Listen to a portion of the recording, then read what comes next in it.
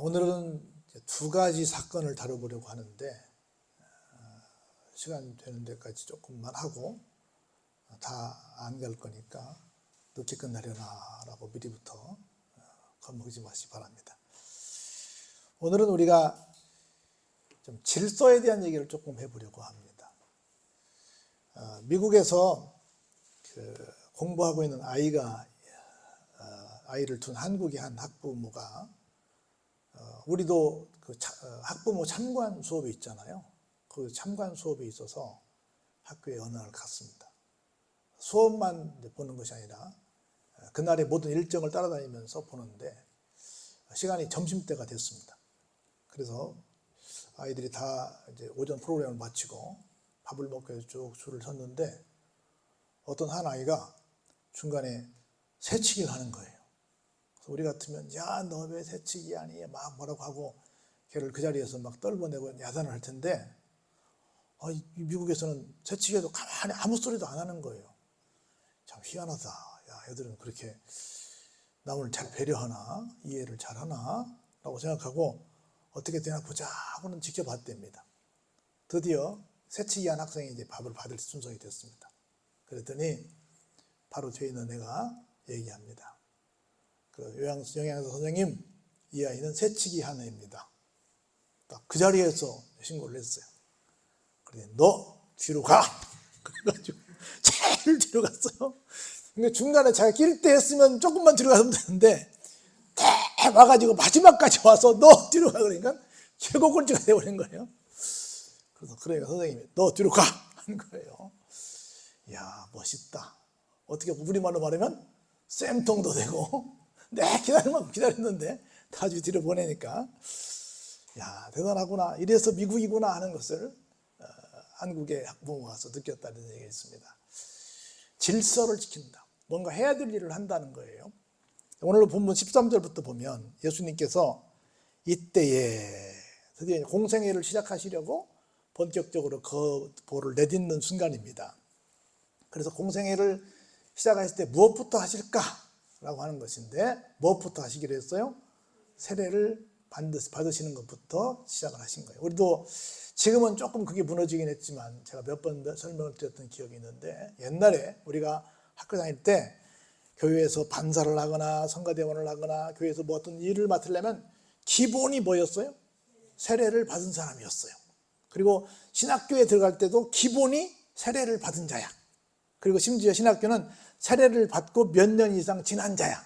세례만 받았다고 바로 가는 것이 아니라 근데 모든 조건이 다 어디에 있어요? 세례 받은 자야. 또 여러분이 아시는 것처럼 어떤 믿음의 기업을 갈 때도 뭘 봐요? 세례를 받은 자. 그리고 교회를 출석하는 자. 그래서 교회 출석하는 걸 확인하기 위해서 뭘 가져오라고 그래요? 주보 가져오라고 그러잖아. 그렇죠? 그런 것들을 통해서. 근데 가장 기본이 뭐예요? 세례야.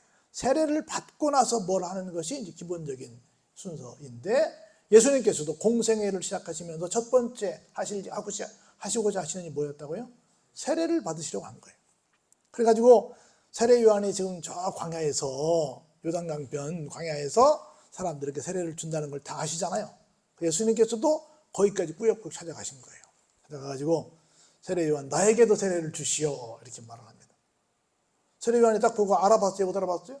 알아봤죠. 근데 누가 세례를 줘야 돼 주면? 예수님이 줘야지.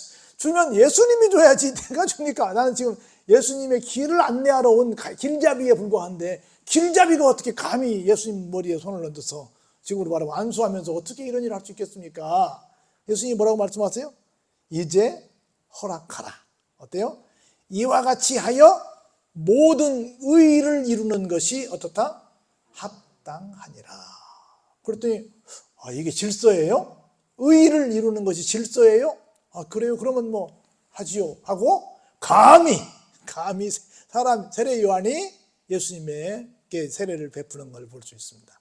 질서라는 것, 모든 것은 다 순서가 있어요. 그래서 여러분 살면서 나는 정말 질서를 잘 지키고 있는가 한번 보기 바랍니다. 아무리 한자를 못 써도 여러분 아마 나무 목자는 쓸 수 있을 것 같아요. 그렇죠? 이렇게 십자가를 긋고 사람을 딱 그으면 나무 목자가 되잖아요. 쉬워요. 십자가에 사람이 달려있으면 나무야. 사람이 안 달려있으면 나무가 아니야. 나무 목자야. 근데 그 아래쪽에다가 딱 작대기를 하나 그으면 무슨 글자가 돼요? 근본 본자가 돼. 근본 본은 뭐예요? 근본이 있어요. 근자가 뭐예요? 뿌리 근자잖아. 그렇죠? 나무에 아래쪽에 선을 딱 하나 작대기를 걸치면 뿌리가 되는 거야. 그렇죠?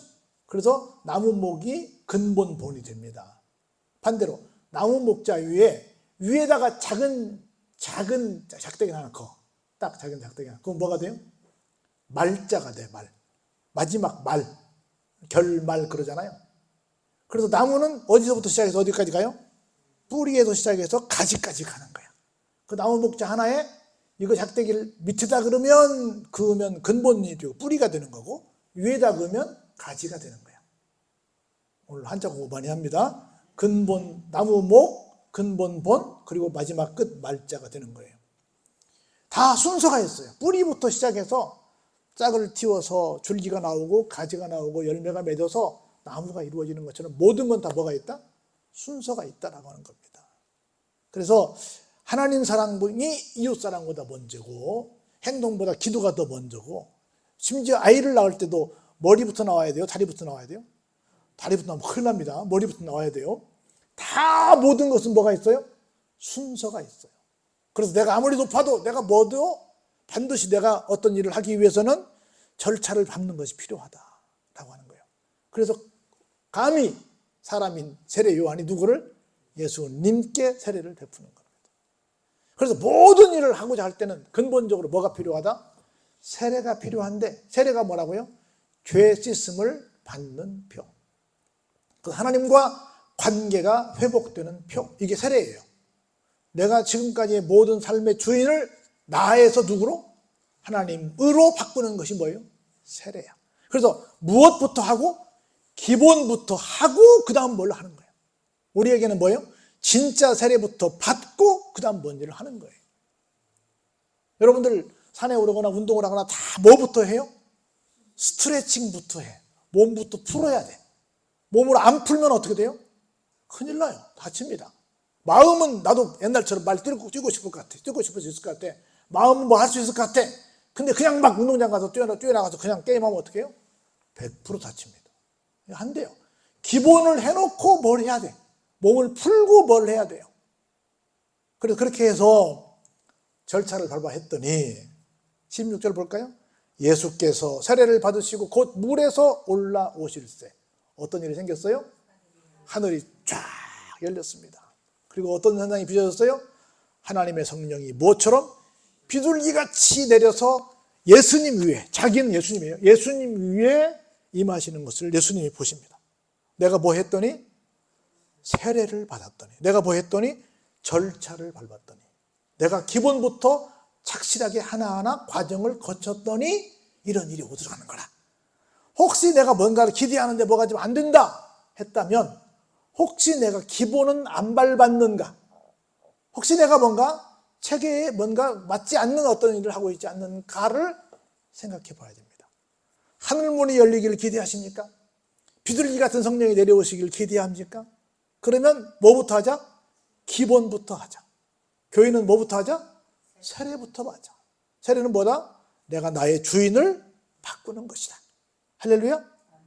그리고 내가 하나님과 관계를 회복하는 것이다. 이게 세례예요. 그래서 하나님이 인준할 때 비로소 지금부터 내가 갈 수 있구나 라고 생각하는 거예요.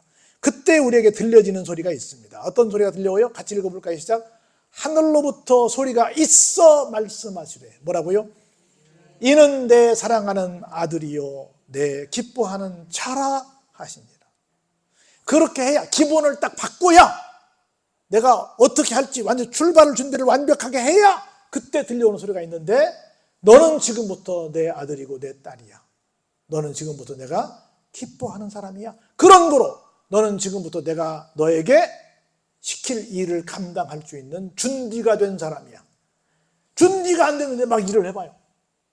그러면 안 되는 거예요. 큰일 나요. 준비가 안 됐는데.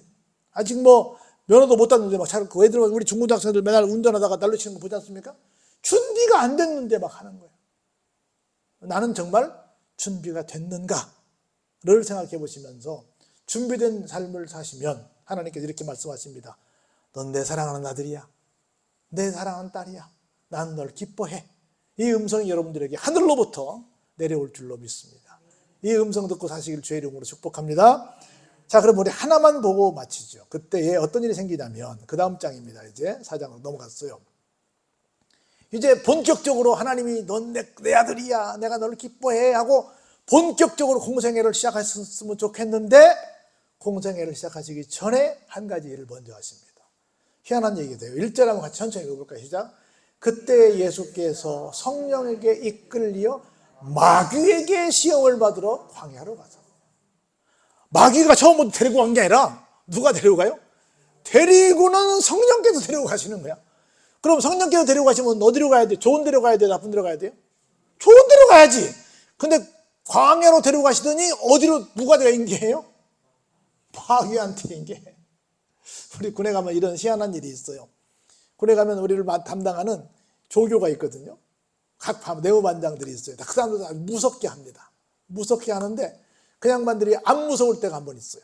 언제냐면 훈련 과정에 마지막 훈련이 뭐가 있냐면 훈련소에서 유격 훈련이 있어요. 이게 부대에서 하는 일반적인 훈련이 있고 유격장에 가서 특수훈련을 받는 훈련이 있어요. 1년에 한 번밖에 안 해요. 어떤 사람은 3년 내내 3번 하는 사람이 있고 어떤 사람은 한 번만 하고 마는데 하여튼 그건 누구나 피하고 싶은 너무너무 무서운 그런 훈련이 있어요. 근데 평상시에 나를 데리고 훈련시키던 그 양반이 나를 어디로 데려가냐면 우리 부대원들을 유격장으로 데려가. 그래가지고 잘해. 살아남고 무격 끝날 때 보자. 내가 데리러 올게. 지금까지는 이 양반이 제일 무서웠는데 이 양반은 아무것도 아니야. 유격장 쪽에는 여러분 아시는 빨간 모자들 있죠? 거기 가면 정말 사람 잡는 그 조교들이 기다리고 있는 거야. 그러니까 이 양반이 제일 무서운데 누가 제일 무서워? 이제 이 양반이 제일 무서워. 이 양반 나를 보호해 줄 수도 없어. 왜? 들어갈 수 없으니까. 그쪽에서 다 전담해서 나를 훈련시켜야 되니까. 똑같은 거야. 성령님이 나를 부르시더니 나를 데리고 어디로 가요? 아주 무서운 마귀에게 갖다 줘버리는 거야. 지금부터 알아서 해라 하는 거야. 마귀한테 나를 줘버렸어. 우리 생각해 보세요. 내가 성령이 충만했어. 아까 우리 성령 충만 찬송했죠? 성령께 내가 붙들린 바 됐어. 그럼 이제부터는 정말 속된 말로 꽃길만 걸을 거야 라고 생각을 했어. 근데 성령님이 나를 첫 번째 데려가는 데가 어디예요? 마귀야. 이게 뭔 일이냐는 거지. 우리 그런 고백, 그런 간증 많이 들어봐요. 내가 예수를 믿으려고 마음 먹고 내가 예수님에 왔는데 교회 와서 예배 드리고 갔더니 집에 도선생이 들어왔더라고. 그래갖고 내가 뭐 중요한 거 다 잊어버렸더라고. 그래가지고 내가 교회를 잃고 가라는 것이야 말라는 것이야. 교회 갔더니 교회 가면 뭐 다 좋다고 그러더만 아니 세상에 도둑이 들어가지고 내가 좋은 걸 잊어버렸는데 뭐 좋은 일이 있어. 내가 교회를 안 갈 거야 이렇게 말한다셨습니다. 옛날에 초창기에 교회 오면 다 얘기하잖아요. 교회 전도하면 뭐 이것도 좋고 저것도 좋고 다 좋다고 말하잖아요. 근데 와서 보니 뭐 다 좋아. 그런 일 저런 일 생기지. 똑같은 거야. 그렇다고 안 갈래. 나 이제 다 포기할래. 그럴 수 있어요? 예수님도 이게 웬일입니까? 나한테 금방 넌 내 아들이야. 난 널 기뻐해. 해놓고 금방 나를 데려가면 좋은 데도 아니고 어디로 데려가요? 광야로 데려가고 누구한테 인계해요? 그리고 또 마귀한테 이게 뭐예요? 라고 할 수 있는데 가서 또 뭘 시켜요? 금식을 시킵니다. 금식을 시켜요. 얼마 동안 그것도? 사람의 마지노선이 며칠이라 그래요? 40일. 사람이 여러분 생각해 보세요. 공기가 있고 물이 있고 그리고 밥이 있어요. 뭐가 제일 중요할 것 같아요? 공기하고 물하고 밥하고. 그렇죠. 왜요? 금방 그래. 그렇죠. 맞아. 밥은 굶어도 며칠 살 수 있어? 40일은 살 수 있어. 물은 굶어도 며칠은 살 수 있어. 그것도. 공기는 어때요? 며칠 가요? 며칠이 뭐예요? 몇 분도 못해요. 1분도 제대로 못해요. 보통 우리는. 잠깐만 나누면 죽어요. 그러니까 잠깐이면 죽기 때문에 제일 중요한 게 뭐예요? 공기야. 근데 우리 공기 귀한 줄 알아요? 아니지. 맨날 밥만 중요하다고 한 줄 알지. 사실 제일 중요한 건 공기입니다. 그래서 40일 동안 예수님을 굶겼어요. 굶기니 도대체 세상에 보이는 것들이 다 뭘로 보이겠어요? 온천지가 다 먹을 걸로 보이는 거지요. 온천지가 다 먹을 거예요. 그래서 시험하는 자가 딱 첫 번째 시험자가 나타납니다. 유격장 가면 1코스, 2코스, 3코스에 그럼 여기 마치면 코스 이동 딱 그렇게 키거든요. 1코스에 딱 가니까 뭐가 나오냐면 40일 동안 굶고 나서 정말 예수님께서 줄이신 것을 너무너무 잘 알죠. 딱 가니까 뭐라 그래요? 야, 네가 뭐 조금 전에 40일 전에 뭔 소리 들었어요? 너는 내 아들이야. 그리고 나는 너를 기뻐해. 이 소리 듣고 왔다며. 너 하나님 아들이라고 40일 전에 그 얘기 듣고 왔지? 귀신같이 합니다. 막 너 다 잘하는 거요. 그리고 첫 번째 하는 말이 뭐예요? 네가 하나님 아들이라며? 라고 묻습니다. 그러면 이 아들이면 너 지금 배고프지? 중간에 생각된 거예요. 그런데 광야에 뭐가 있어요? 굴러다니는 자가들이 많아. 돌덩어리들이 많습니다. 뭐라고 해요? 여기 돌덩이들이 많잖아. 너 배고프잖아. 여기 지금 뭐 식당도 없잖아. 너 지금 뭐 어떻게 할 재간이 없잖아. 그러니까 지금 당장 너 배고프니까 날 위해 달라는 것도 아니야. 너 먹으라는 거야. 이 돌들로 뭐라고요? 떡덩이가 되게 해서 빨리 먹어서 너의 굶주림을 해결해라. 그렇게 말을 합니다. 그럴싸하지요. 지금 실질적으로 가장 필요한 게 그거니까. 실제 아마 여러분 40일 굶어보십시오. 그 돌들이 다 뭘로 보이겠어요? 그래서 그 사람도 빵의 문화인데 다 빵으로 보일 거라고 믿습니다. 근데 그냥 착시 현상이니까 그러지 말고 진짜 빵으로 바꿔서 먹어. 진짜 빵으로 보이잖아 지금. 그렇게 말을 한 거예요. 예수님이 뭐라고 말씀하십니까? 좋지, 그럼 먹어야지. 그런데 사람이 무엇으로만? 떡으로만 사는 것이 아니야. 빵으로만 먹고 사는 게 아니야. 뭘로 먹고 살아야 돼요? 하나님의 입에서 나오는 모든 말씀으로 사는 거야. 사실은 40일 굶는 사람이 이렇게 답변하기 쉬워요, 어려워요? 이건 진짜 어렵죠. 너무너무 배고픈데. 우리 옛날 권사님 그런 얘기 했지 않습니까? 사흘 굶으면 뭐 안 할 사람이 없다고요? 남의 담 안 넘을 수는 없다고 하잖아요. 우리가 금식해봐도 알지만 제일 힘든 날이 언제요? 3일째야. 3일 지나면 견딜만 한데 3일째는 얼마나 힘든지 몰라요. 그래서 아마 이건 예수도 알면서 사람들이 그걸 알았어. 사흘만 굶기면 남의 담장 안 넘을 사람이 없다고. 그런 대신 며칠을 굶으셨어요? 10배도 더 되는 40일을 굶으셨으니 뭐 얼마나 배고프시겠어요. 그럼에도 불구하고 사람이 떡으로만 사는 것이 아니고 신명기 8장 3절을 인용한 말씀인데 여기 그랬잖아요. 기록되었으되 그랬잖아요. 그러니까 하나님 말씀에, 성경 말씀에 그 말이에요. 말씀에 뭐라고요? 사람이 떡으로만 살 것이 아니요 하나님의 입에서 나오는 모든 말씀으로 사는 것이 정상적인 사람이야 라고 말을 했습니다. 우리는 물론 먹어야 돼요. 우리는 세 가지로 되어 있거든요. 하나는 영으로 되어 있기 때문에 영의 양식인 하나님 말씀 먹어야 되고, 혼도 있기 때문에 정신적으로 좋은 책도 읽어야 됩니다. 그리고 육신을 가졌기 때문에 육신의 밥도 먹어야 돼요. 아까처럼 맛있는 카레도 먹어야 되고 먹어야 돼요. 그런데 제일 중요한 게 뭐예요? 영의 양식을 먹어야만 합니다. 한 가지만 얘기하고 제가 마칩니다. 영국을 여행하는 한 나그네가 해안가 유명한 관광지를 갔어요. 그래서 굉장히 기대하고 갔는데 그때가 언제냐면 추운 겨울철이었어요. 야, 진짜 바다는 겨울바다라네. 야, 바람도 적당히 불고 그래도 파도도 있고 해서 너무너무 이쁠 거야. 여름에는 사람들이 너무 많아서 겨울이 좋지 하고는 기대를 하고 갔더니 막 청소부가 와서 열심히 청소해서 무슨 행사가 있었나? 이 겨울에 무슨 행사가 있다고 저렇게 많은 걸 쓰레기를 치우고 있나? 가서 가까이 봤더니 뭘 치우고 있냐면 갈매기를 치우고 있는 거예요. 깜짝 놀랐어요. 이 겨울에 갈매기들이 잘못 나와서 얼어 죽었나? 뭔 일인가? 그때 물었어요. 아이고 고생하십니다. 이게 무슨 일입니까? 그랬더니 이 갈매기들이 다 얼어 죽은 것도 아니고 무슨 병이 들어 죽은 것도 아니고 굶어 죽었대. 아니 왜 갈매기가 굶어 죽어요? 그랬더니 하는 얘기가 여기는 너무 유명한 관광지라서 여름에 굉장히 많은 관광객들이 온다는 거야. 오는 사람들마다 다 뭐 들고 온대요? 새우깡 들고 온대. 우리나라 새우깡이 그 나라 새우깡 같은 그런 과자를 들고 온대. 그래가지고 여름에 와서 다 애들이 주니까 애들이 새우깡을 먹어보니 자기들이 어쩌다 한번 잡아먹는 고기 맛은 너무 맛이 없는 거야. 그래서 새우깡 맛에 완전히 길들여져가지고 애들이 그냥 다 편식하고 심지어 먹는 어떻게 사냥하는지도 모르게 그냥 한두 계절을 보내고만 나니까 애들이 다 그냥 사는 방식을 다 잊어버렸다는 거예요. 그래가지고 겨울이 되자 이제는 사람들도 안 오고 그래도 새우깡도 없는데 잡아먹어야 되는데 사냥하는 기술이 사라졌고 또 그게 뭔지도 모르게 된 상황이 된 거라. 그래가지고 이놈들이 다 여기서 굶어 죽는다는 거야. 그래서 이걸 치우고 있다는 거예요. 물론 새우깡 사람들이 먹으니까 먹을 수 있지요. 근데 그게 근본적으로 갈매기들이 먹을 음식이에요? 아니라는 거죠. 사람들이 총을 들고 이 갈매기를 향해 총을 쏘는 것은 나쁘다고 욕하지만 사랑스럽다 하면서 같이 기념사진 찍으면서 이 과자를 주는 것은 나쁘다고 말하는 사람 한 명도 없었어요. 그럴 수 있다고 봤어요? 그런데 결국은 뭐예요? 그게 걔들을 죽이는 거였다는 거죠. 아무도 한 사람도 새우깡을 주면서 내가 결국은 얘들을 죽게 할 거야, 금전저울에 굶어 죽게 할 거야라고 준 사람이 있을까요? 한 명도 없을 거예요. 근데 결과는 그게 왔다는 거예요. 그래서 우리가 물론 뭐 배고프니까 다 먹어야죠, 맛있으니까 다 먹어야죠, 뭐 남들 먹어봤다니까 나도 먹어봐야지요, 다 맞는 말이긴 한데 그래도 하나님의 사람이 꼭 먹어야 될 것이 있다는 거죠. 뭐예요? 하나님의 말씀이라는 거예요. 목회 사회학자가 연구를 했어요.